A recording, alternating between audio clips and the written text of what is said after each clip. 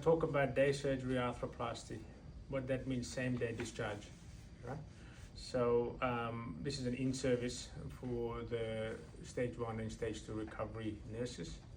So I'm going to talk you through this little sheet here, which outlines what the program is and how it works. So all the colored tabs there tell you exactly what you need to know. So the first one is patient selection.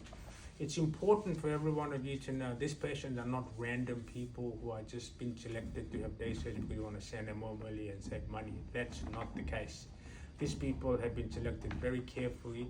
Only probably, as we get a bit more good at it and the society accepts the fact that day surgery arthroplasty is a done thing, we'll have more and more. So at the moment, my practice, about 50% of patients, they have day surgery, especially in the public. I do more in the public than in the private because of bed pressures, but here, all privately uninsured patients. So privately uninsured means they haven't got private health insurance, but they are insured, they're paying private.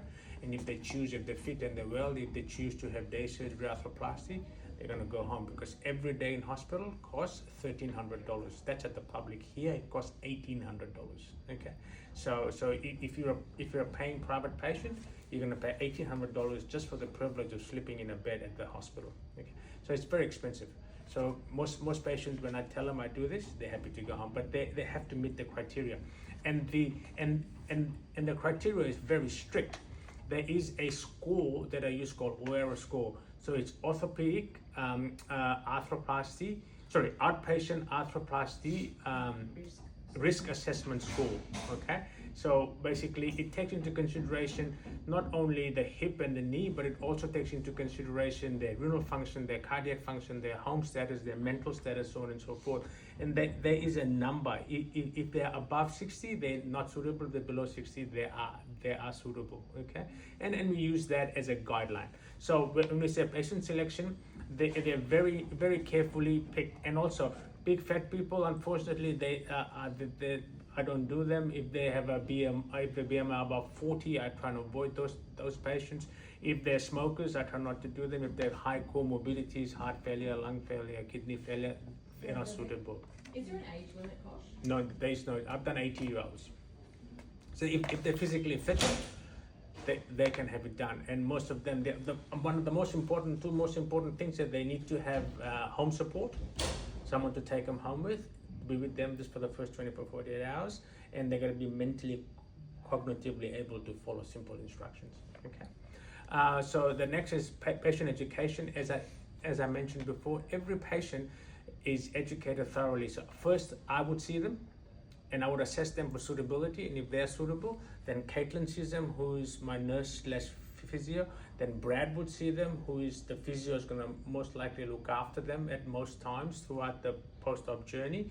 And then the anesthetist sees them as well. And every step of the way, they are told what day surgery arthroplasty is and what's going to happen to them, when, where, how, what, everything is done for them. Okay, so medical workup. Every patient who is going to have day surgery arthroplasty has a strict criteria to meet.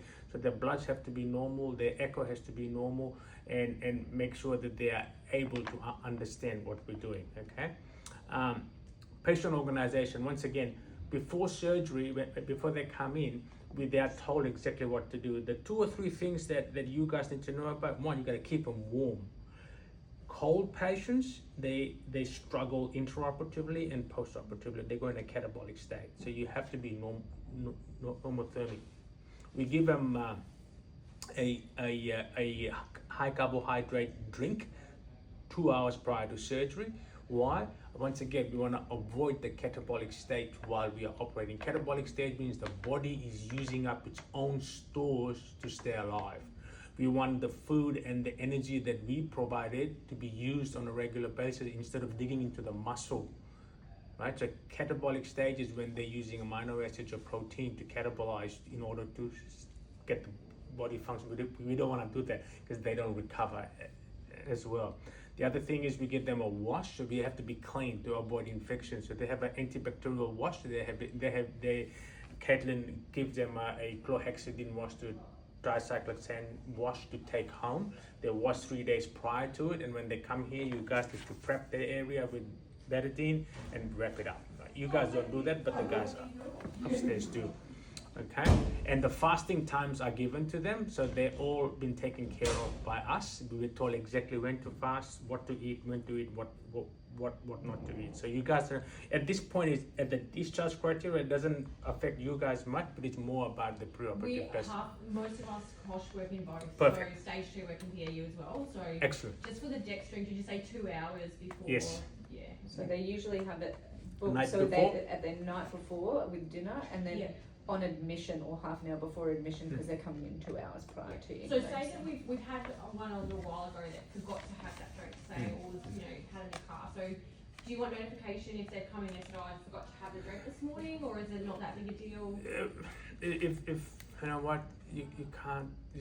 You can't go back time, but I'm like, You do you can- want the hey gosh? Like, Yeah, you just put it down and just call through. This guy hasn't had it, so that Yeah. we can give him dextrose intra-op or something Okay. if you feel it. So just flag it that they haven't had it. But if they come in 2 hours prior, Yeah. then just say, hey, drink it right now. So if Yeah. if you know the surgery's going to be at 10 and they've hit the water at 8, you can say, well, have it now. Have it now. You know, all right. Perioperative. So as I said. Sorry, admission. So preoperative warming minutes, 30 minutes prior, continuing fluids for 2 hours. So they can drink clear fluids up to 2 hours before surgery. Brett usually sits to send too. Brett sits to send. Yeah. until he So sends it down. and most of our anesthetists, because they don't want them dry, they can sip 30 mils, or so every so often, suck on ice just to keep them moist. Okay. Perioperative, again, as I said, maintain normothermia. We don't give any opioids, okay? So therefore, there's no dizziness, there's no nausea, there's no vomiting. It's an opioid-free, opioid-sparing anesthetic, which includes a spinal and sedation, okay? As I mentioned before, opioids, morphine, midazolam, which is type of an, but it's a benzodiazepine. All this stuff really makes the patient groggy, drowsy, nausea, vomiting, and so on. So we use none of them. Okay, so the spinal that we give them is a very quick acting, so it lasts for only 60 minutes, maximum 90 minutes. Okay, so my window of operating has been 45 to 60 minutes. So by the time they come to you guys, they would all have recovered. So we use Pralocaine. Pralocaine is a very short acting. It starts acting very quickly and it wears off very quickly. So those patients had day surgery arthroplasty will have a Pralocaine and a spinal, which is very quick acting, and it goes away very quickly as well. So by the time they come to you, they'd be gone. Okay. Prior to discharge, so that's where you guys come in. So we want to make sure they're up and about and they're walking, they're eating, they're going to the toilet. So we just spoke about the IV fluids, 500 mils of fluid bolus. That's just to pep them up and fill their vascular space so that they don't drop their blood pressure when they get up. So the best time it's given is when they hit stage 2 recovery. Give them the 500. Do your obs, do your monitoring within probably 15-20 minutes. The 500 would have run through. Get them up, get them to the toilet, bring them back, sit them on a high chair. Don't put them back in bed. Sit them on, because they're going home. Once they're out of bed, make it easy for yourself. Sit them in a high chair, orthopedic high chair. We should have some over here, right? And give them food. After that, the physio should come around, get them up on a forearm support, walk a bit, then get them on really walk or whatever they're going home with, or sometimes crutches, depending on the ability of the patient. Okay, so there's essentially fluids, up, toilet, chair, food, physio, home. That's essentially the algorithm. Okay. First 24 hours when they go home, these people are not just left alone. Brad contacts them the next day, or Caitlin contacts them the next day to make sure how they're going, what's happening, and we make sure that they've got enough pain relief. Some tips like put your ice on, don't do too much, if you're nausea and vomiting, pull back on the tapentadol. That might be causing you some nausea and vomiting. So they all go home on anti-inflammatory called Mobic. They all go home on a painkiller called tapentadol or Polexia. and they all have 2 tablets they have to take that night, and the next morning there's dexamethasone, which is a steroid. It decreases inflammation and gives them a sense of well-being. It's steroid, so it gives them a sense of well-being. So they have that at 8 p.m. at night and 8 a.m. in the morning, and they also have a tablet, 1 gram of TXA, tranexamic acid, which stops the bleeding. Okay, they have that at 8 p.m. at night and 8 a.m. the next morning. Those are the only stat doses you give them, and then they have Mobic and they have Palexia. Also, from our rooms, they give an ice bucket, okay, and an ice cuff. So they all are educated on how this ice bucket works. This ice bucket is not a motorized ice bucket. It is a gravity-fed ice bucket, okay? And we've got a video on that that's gonna be on my YouTube channel, so you can go and you can watch it. It's very easy. You pick it up, gravity feeds the fluid in. You gotta open the tab so air goes in. Once you fill the cuff with ice, unplug it, because if you put it down, the gravity empties the cuff. Okay. So they already have that equipment at home. Yes, they will have to it. supply any of it, because they do often come down with ice, but they're our buckets, I think. Yeah. The ones that they have when they come to you are the hospital ones. Yeah, But so they have- they but don't they- have to go home with that. They've got their own setup at home. So they're Otherwise giving they here, all like the patient isn't expected to have them on admission, so they're given intraop, is that right? Yeah, correct. Yeah, just yes. like double checking Yes, the yes, stuff, you no, know, make sure when they you, have if one you're getting them pre-op. through PA, Yeah. you know, they Yeah. will have it on when they leave theatre. So discharge information from our perspective, Kosh, like I'm understanding that you've already given them most of the information. Yeah. Obviously physio come in and they give them more information. So from the staff here, we don't really need to give them anything, do we? It's Something you shouldn't do is to say, geez, you're brave, you're going home today, or do you really want to go home, or geez, you know, have you done this before? So any word of doubt that you put in the patient's mind, right, game over. Yeah. All right. So you got to be more supportive and encouraging of the process. You got to say, yeah, we've done this before. It's cool. People go home, they feel good, you know. And doctors, physio will get in touch with you tomorrow. If any problem, talk to Brad, and Brad will call Kosh if it's required. So they feel empowered. Oh, I can do this. Nurses are all on the same page. One person comes up with a doubting statement. The patient goes, oh, should I be going home? Right? It just mentality, because it's a scary time for the patient. We do it every day, they don't. So it's a scary time for the patient, and for them, their uncle, their auntie, they had the knee replacement five years ago, they've been in hospital for 5-6 days, and or if they had it down south. So one thing you need to know, I am probably the first guy that's doing day surgery arthroplasty. Okay? You probably haven't seen many other surgeons send their patients home the same day. Okay? Prior to this, we were sending them the next day. Or we do. Those that go to the ward, they go home the next day. But you know, I'm the first guy in the whole of Australia. We're doing a study, and we're about to publish study. So we started at the public. I'm doing all my joints at the public all day stay. No one stays in hospital unless I see them and I say, okay, this one stays because of X, Y, and Z. So I started it over there, and now we shipped in over here because Mara doesn't want to be left behind.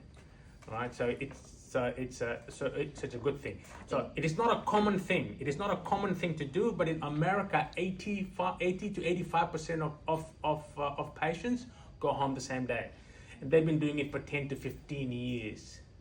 Okay, we are just behind. That's all.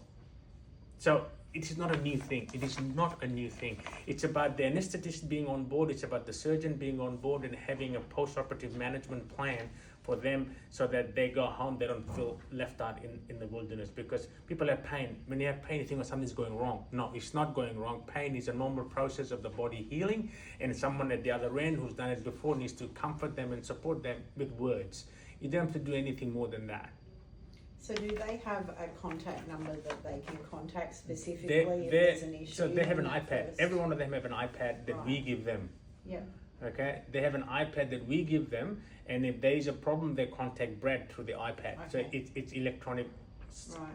surveillance system. So we should just be reinforcing you follow the information you were given Yeah. from the rooms. That's it. The only other thing just on your note is just their medication, so if they've had any if they've had post-op paracetamol and writing or- it down. Very basic kind Yeah. of generic sheet for you. But it was just making sure there wasn't anything extra. Like obviously you guys, I know that they've extensively gone through you guys' information pre and post. Just making sure we're not, not doing enough before they go, that they've already got the information. Yeah. They've got all the information, and they've all got the scripts. They've all got their discharge Post-op. meds and post-op instructions. All this paperwork is given to What's them in as that well. envelope, just a little Okay. of what they So coach, if they, so it's 8 and 8, so it's 8 and 8 for the decks and stuff, TXA. regardless of what time they kind of left the procedure. Okay, so that's where we're up to. The first 25 talked about that rehabilitation. They looked after my team for 6 weeks. And in the meantime, anything goes wrong, I'm notified straight away by Brad or Caitlin. This guy's stiff, this guy's got pain. If they need more scripts, anything, we look after all that. So once again, you don't have to worry that, oh my God, they're gonna go and what's gonna happen to them. That's a bigger worry in the public sector. The nurses, they are very worried that all of a sudden that we're just gonna do all these patients and send them home and no one's gonna see them. That's unfortunately what happens in the public hospital, is that patients never get followed up properly. But with the way I'm doing it over there, same program is over there. Okay, so not that it bothers you guys, but I'm just saying that these people are looked after. So it's not as if they're going to. And I see them at 10 days in my rooms for wound check with Brad and Caitlin. We monitor what's going on. We make sure that they're meeting the milestones that we have to meet. You can't ever chat to them again, and then I'll see them again in 6 weeks. But in the meantime, Brad and Caitlin are constantly in touch with them at least once a week, maybe sometimes twice a week.